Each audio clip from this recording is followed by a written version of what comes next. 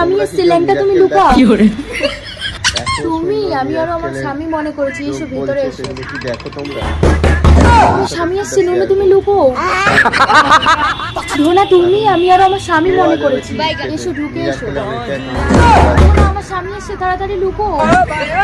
रुको जरा। ঢেমনা তুমি আমি আর আমার স্বামী মনে করেছি, ঢেমনা আমার স্বামী এসছে, তাড়াতাড়ি লুকাও। এটাও মনে হয় আমার স্বামী না, কে রে?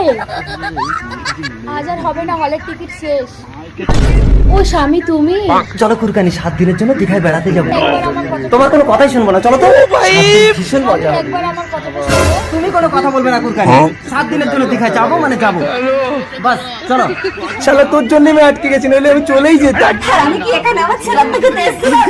ভাই কি করছিস? 7-5 দিন কিছু খাইনি, একটু দে। না দেবো না, অল্প একটু মুখে খাচ্ছি। না খেয়ে মরে যাবো, দরজা খোলো। 7 দিন পর বাড়ি ফিরে ভালোই লাগছে বলো। কি গো কুরকানি, আমার ঘরের ভেতরে এত লোক মরে পড়ে আছে কেন? এটাই তো তুমি আমাকে বলতে দাও। আরে এই কথা তুমি বলবে তো।